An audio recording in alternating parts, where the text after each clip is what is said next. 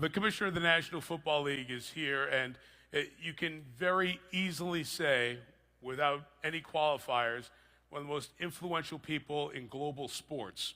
And it's great to be able to share his expertise and thoughts with everyone here.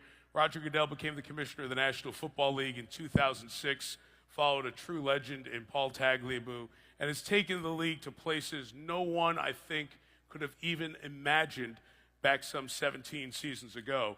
And the great part of that is Roger Goodell knows the National Football League from the very beginning. He got in at a very entry level within the company and has risen to the top and has taken the National Football League to a place where it may be the top entertainment value and in terms of consumption, top entertainment entity that we have in American professional sports. I could give you his resume, but I'd rather you listen to him. So please welcome the Commissioner of the National Football League, Mr. Roger Goodell. Let's get it. Thanks, Mike. Let's get it. Nice timing to come to Detroit. Just wait till you win a playoff game and show up, right? Yes, it is.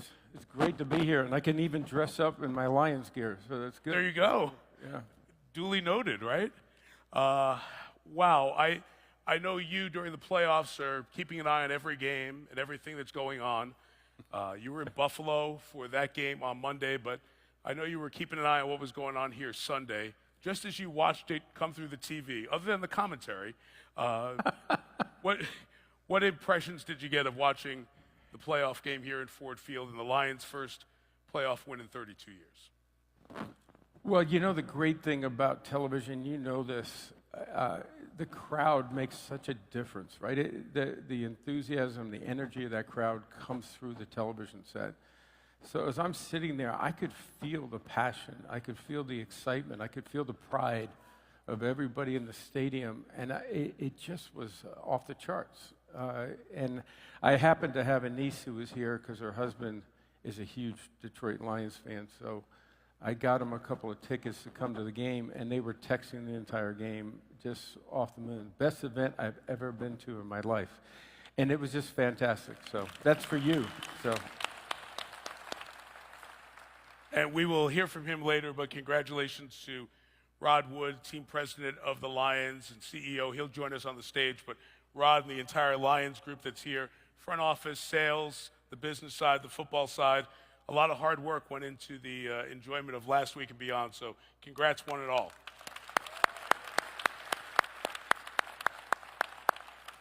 So what does it mean when one of these franchises, like the Browns, like the Lions, the franchises that are here at the foundation, really, of the league and have these incredible fan bases, what does it mean for the league overall when they rise up and have weeks or seasons like they're enjoying right now?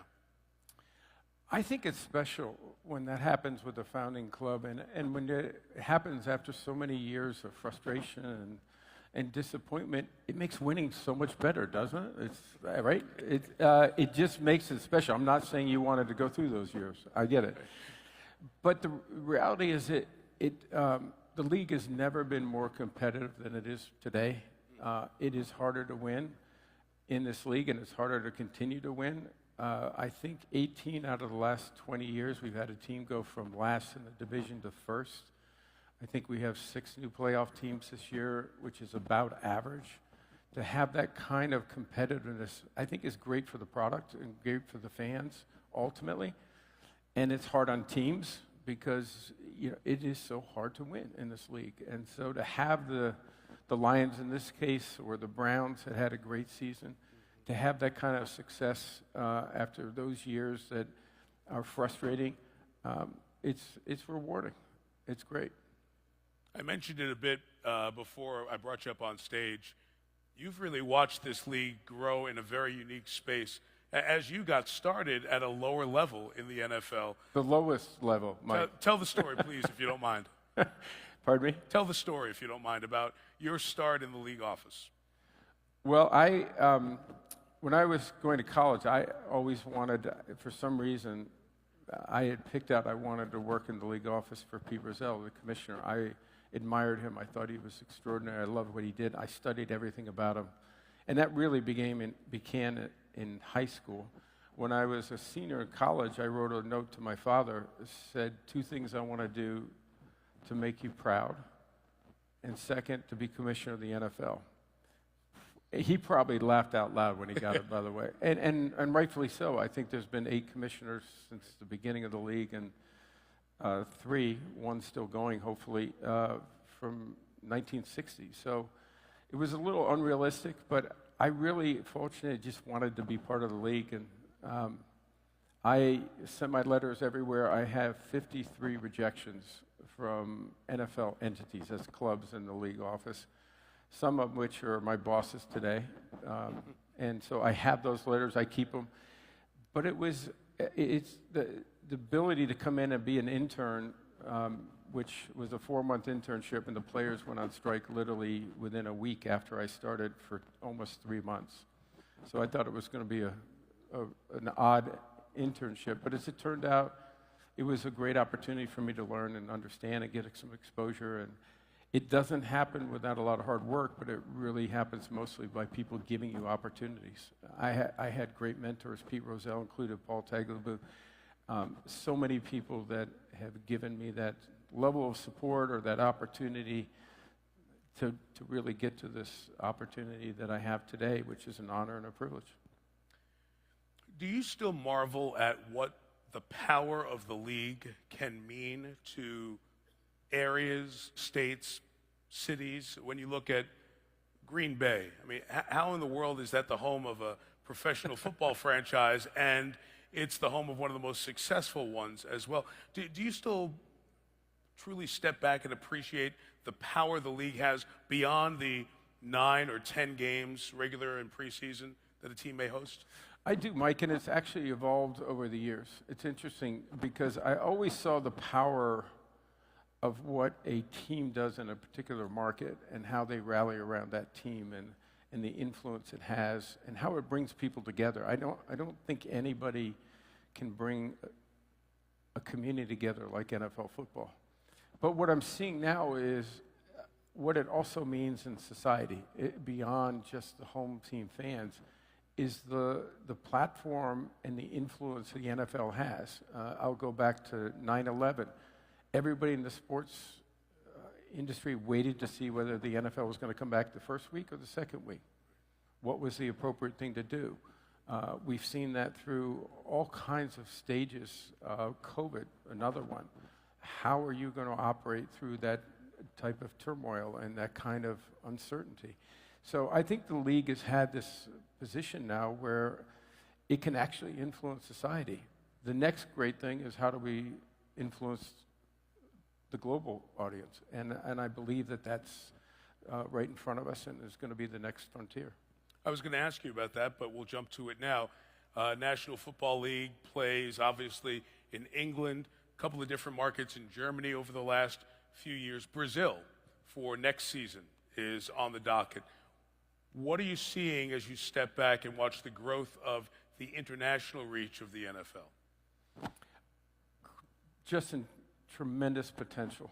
Our London games, we've had 3 last year and 2, I think the year before, and 2 in Germany last year, 2 in Frankfurt, which sold out in a matter of seconds. We could have sold 4.5 million tickets for those 2 games. Wow. And those are Germans. Those are not expats. I mean, we work hard to try to get to the fans in that marketplace. And the same when we play in the UK. So the interest in our game is really extraordinary. We reach most of our fans like we do here in the States through media. That's continuing to grow at double-digit rates. We're 25% up in each of those 2 markets, UK and Germany. And so I believe that we will be a global sport. I don't think we're where we want to be, but we're going to continue to play games. We'll continue to play in new markets. Brazil is our new market for this year, but we already have 38 million fans in Brazil. And so our job is to now, how do we make it 100? And how do we keep growing? And that's the effort that we want to take on. And I believe the way they're reacting to the game, that the potential is clear. They want more and more and more football. And it's our job to try to serve that up. And many teams over the last couple of years have created specific connections Yes. with countries, which is just building fan bases by, you may show up in one country and see Dolphins jerseys or Lions jerseys. These partnerships are another way to advance the connection. Absolutely. And one of the great things about the fans, UK, if anyone here has been to the game, the number one thing that jumps out at you is you'll see a jersey from every team. It's the fan base is very diverse. They're there to enjoy football. They'll obviously support their team when they're there, but they come anyhow. They want to be part of that game. And so we allow our teams to make that connection and build that fan loyalty to a specific team. And I think it'll continue to foster that growth. So your visit wasn't because of the playoffs or the Lions winning the division or anything like that. This was. It is not part of the script. No, it's not. You Right? know. You earned it. I did ask the commissioner on opening night in Kansas City where the script was going to lead, because that was the joke last year, that the league is scripted. You watch how this damn sport plays out, you just can't believe it. If there was a couldn't script, dream this up if I tried. you would reject it, right? Yeah. The way these things turn. The draft was the headline event that we were going to discuss when we knew you would be here with us, and it just really becomes a perfect fit with the Lions' success this year. Let's go back to the history of the draft, and we both are old enough to have experienced the draft in a hotel in New York. And what was the vision to take it out of New York, out of a hotel and then Radio City Music Hall, and take the draft on the road? Well, Mike, it was really interesting. So we believed that taking it out of New York and taking it on the road would be terrific. It's one of those things you balance when you've had success. So the draft was doing incredibly well in New York. It was sold out. It was Radio City. Audiences were growing. And everyone asked me when I said, let's do this, well, why? It's already successful where we are. And it's something that happens that is what I call a cultural conflict. There is innovation versus tradition. And so you want to build on that. So for us, and for me in particular, I believe we got to keep growing. We have to keep believing that we can get better and expanding our game. We were reluctant to do it because we were in the number one market. What happened was Radio City actually created a spring holiday show. And they said, we can't have the draft until June. And I said, now's our time. We left. And that was it. We haven't been back, and I'm not sure we will be back. Doubtful we will. And the reality is Chicago took it and did it for 2 years. And everybody has built on that success, taken it and created their own brand of the draft, their own style, their own approach that actually highlights the incredible assets in that community. And I think that's what makes it come to life, having the fans so much more a part of it, having hundreds of thousands of people out there when you walk out there, it's mind-boggling to see it. And it's because you share it with the fans. And so that's the key to me. Share the game with the fans. When people ask me about what's the success point of the NFL that you look back at, I bring up the draft because it is truly nothing. There is no action. There is no ball. There's no clock. There's no score. Let's not go that far, Mike. Well, it's you coming out on stage and introducing players. I know, that's what I was talking about. But it's almost must-see TV, and it has an energy that really connects, and taking it on the road has elevated that energy. So as you go back to Philadelphia and Las Vegas and Kansas City last year. And Nashville was incredible. Yeah. What is it about how it crosses into the cities and really takes almost a unique cultural tone? It connects with the host cities to give a little bit different version of that same event. Well, right from the beginning, even when you're bidding for the draft, the number one thing for us is to try to tell you, do it your way. We want you to do it Detroit style, right? We want you to show what Detroit fans and the passion and the community and the downtown, if that's where the location is, and let people understand what Detroit's all about. And you won't get a bigger platform. Our draft here will probably reach 60 or 70 million people over the 3 days. There are not many opportunities to do that outside of a stadium. This is going to be where everyone's going to see the people and the places that make this community special. And that, to me, is the beauty of it. And so, to me, my encouragement to all of the leadership and the people who are organizing this, and there are so many that do an extraordinary job, is to do it your way. And I'm sure it'll be a great success if you do. And to that end, there's a true benefit for the local businesses. Sometimes a big event comes in and the local businesses are not embraced and supported. And I know from the work the Detroit Sports Commission has done and everyone here at Visit Detroit, that's a big part of what this event is going to be, and that includes a lot of the great minority-owned businesses, which helps connect with the ethos of the league. And most of the players, a high percentage, are African-American. And this league has not run from that. It has embraced, supported, and elevated that. And the support of the draft is another version of that exact thing happening. Absolutely. I think, diversity makes us better and stronger. And so we share this. Absolutely. We want to share this event with everyone, not just as people who come to watch it, but the people that work so hard to make it happen ultimately. And frankly, they benefit by bringing their business communities in. So it's called Business Connect, and it's an extraordinary program that allows us to get minority-owned businesses, women-owned businesses. We want to bring those businesses in and make it a part of our event, and to give them that opportunity. And it's been extraordinarily successful on all our events. We do it at kickoff, we do it here at the draft, we do it at the Super Bowl. It's just part of sharing again and let everyone have a piece of the success of the event also. I would be remiss if I didn't point out that you get it in terms of really connecting with the players. I just saw a piece that you went, I believe it was in August or September, with a former player, Justin Tuck, to a correction facility in Connecticut. And he encouraged you to come along and see. What have you learned by spending time with the players in this league and understanding their causes and concerns that otherwise, if you just stayed at 345 Park Avenue, you would not have connected in the way you have with really the rank and file employees, the people who are the players of the National Football League? Yeah, I believe you have to learn from every experience, different people.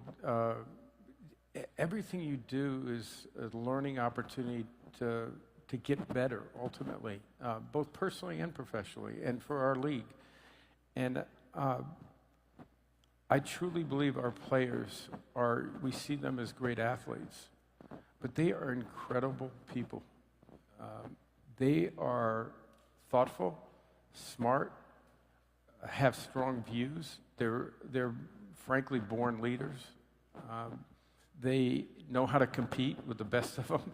They know how to work with people as a team. I believe football is the greatest team sport in the world because it talks about teamwork. It doesn't happen without everyone working together. And our players contribute in their communities like no one else. I can't imagine doing that at my age. When I was that age, what they do, the commitment they make, the family makes. On their days off, on Tuesdays very often, unbelievable. Right? And even in the off season, and more of our players want to move to the cities because they want to be part of that community and help address things. They also have been incredibly helpful to me in understanding what's going on in the communities that they come from. And a number of black players were incredibly influential to me 10 years ago when they were saying, well before a lot of the storms we've seen in the last few years, this is what's happening in our community. We want to address that as a league and as individuals and help us devise plans that as a league we can contribute to, whether it's in criminal justice, whether it's in education, whether it's police and community relations, all supportive of trying to just how do we get better in our communities. And our players were focused on that, willing to take the time, putting their money behind it. And so we as a league devise plans with the players to make sure we use our platform. You may see it through Inspired Change. We see it through My Cause, My Cleats, where we talk about all the work that our players are doing and the causes that they care about. I'm inspired by our players every single day, and they call or they text. Not all of them are so great, but most of them are, and they have ideas. And I welcome that. And frankly, the critical comments or the constructive comments are the ones that are the most useful. I'm a big believer. People say all the things that are going great. I want to know what's going wrong. I want to know what we could do better. I'll be totally transparent with you. We spent the last 5 minutes backstage talking officiating, right? And it's a point of contention for every fan, right? But no, in all seriousness, I said this to the commissioner, and I'm happy to say it publicly too. When we broadcast a game, we're not perfect. I blew 2 identifications, 1 in each game this weekend, called the wrong player. Analyst isn't perfect. Our coaches aren't perfect. Our quarterbacks aren't perfect. They throw incompletions. Running backs miss the hole. But we ask the officials to be perfect, right? The league works at it all the time to try to get it right. And that's the appreciation, I think, as folks involved in business and involved in community and involved in trying to get it better. Either you say, it's not going to work, or you try to make it better. And I think at every level you guys do all of that. So bravo for all of that. Well, I think it's, listen, I'm proud of our officials. They do an extraordinary job. They aren't perfect. It's, they're making decisions out there in a matter of seconds. But what we've seen in a variety of circumstances this year, without getting into any specifics, is they get it right and they're still criticized. And, there are 2 teams out there. Is he offsides? Is he not offsides? You got to call it. That's just part of their job. They are the hardest working people I've seen. They take great pride in it. They're individuals who work to try to make sure they're contributing to the game. But we add technology to try to improve that too. So I'm very proud of what they do. We have healthy debates, and that's why I love the commissioner, because he'll tell me I'm wrong, and we move on. So I have questions from some of you here, because most of the questions I was going to ask I blew off because we just started chatting. Who was your inspiration? These are questions that you all submitted, so thank you for doing my job for me. Who was your inspiration? Well, originally my inspiration was my parents. People talk about my dad because he led a public life in politics, but and I was very proud of that. He had courage and strength, and he made decisions that were unpopular, but he did it because he believed it was right. And that was a great lesson for me. But my mom I'm one of 5 boys in 7 years, and I'm the smallest of all of them. And I got to tell you, she was extraordinary, just a great influence. Unfortunately, we lost her at age 53, and I like to tease, we probably had a lot to do with that, having 5 boys in 7 years.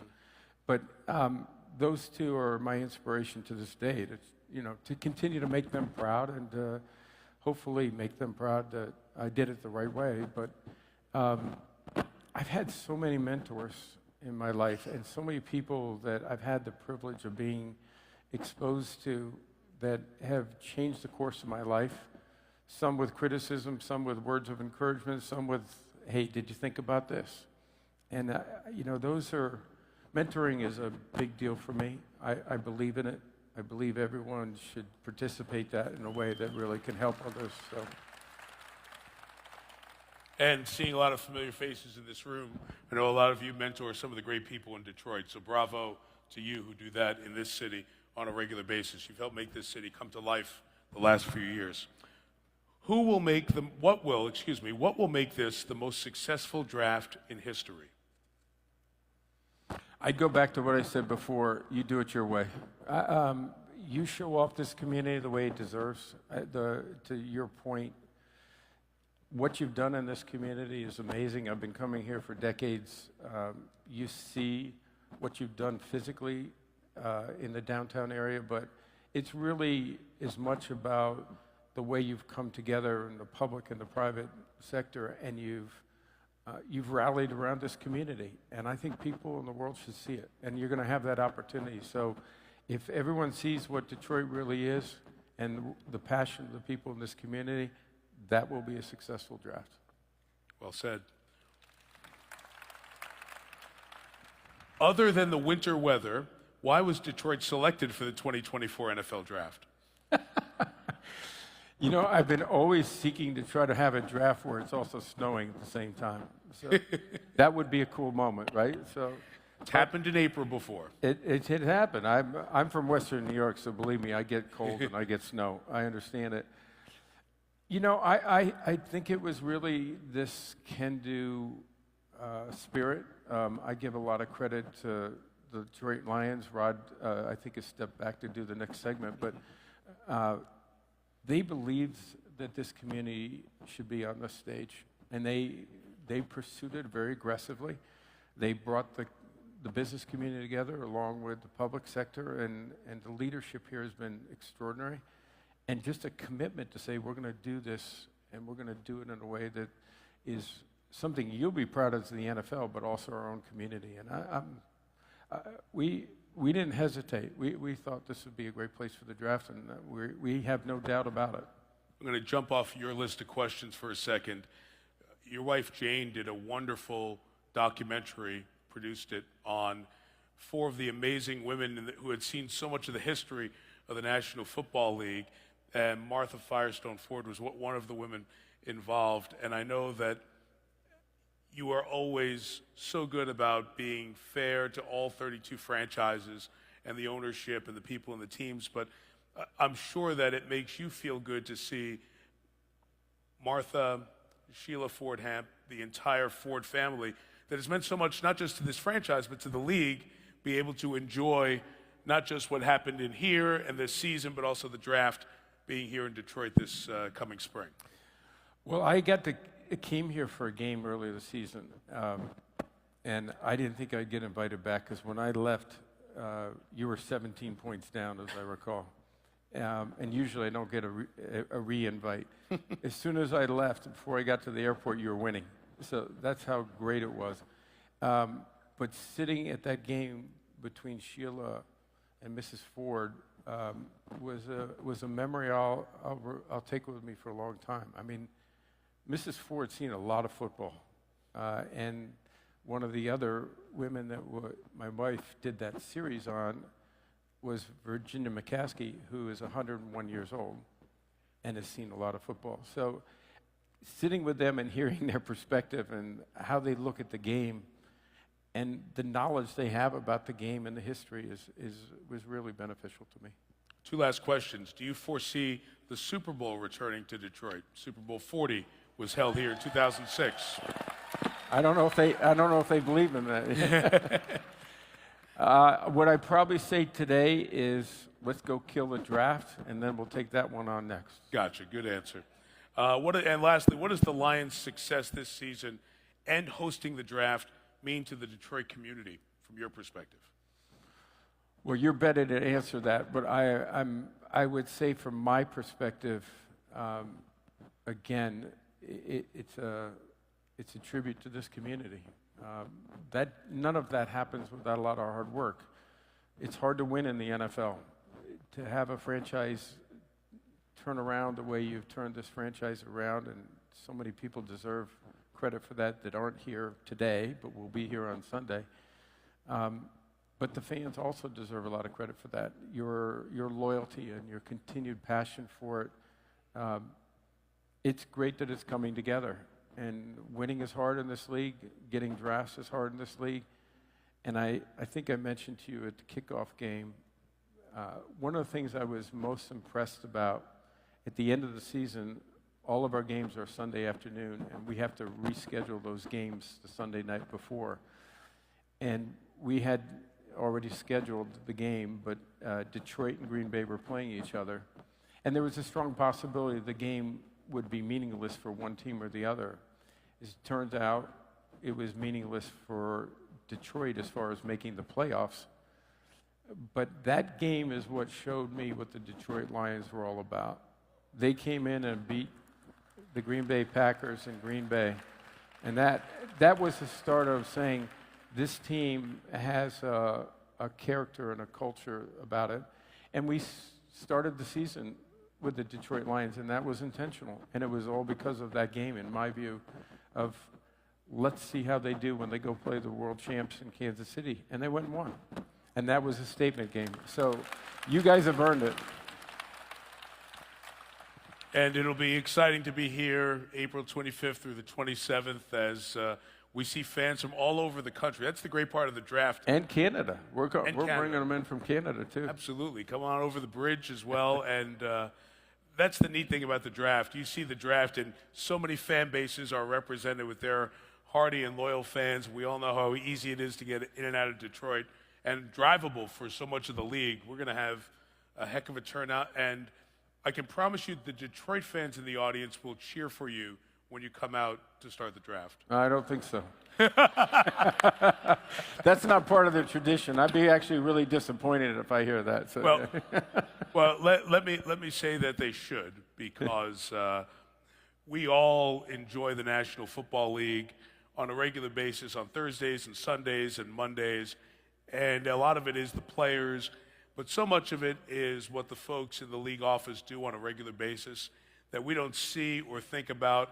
It's so nice how the right games show up at the right times, and you get to enjoy the NFL when you are with family and friends. And that has gotten there through a lot of work and a lot of vision from the league, starting with the commissioner. And it's always a pleasure to spend time with you. And we are thrilled to have you here in Detroit. We look forward to having you back. Great to be here. Thank you. Commissioner of the National Football League, Roger Goodell. Thank you. Thanks, Mike. Thank you, Tom.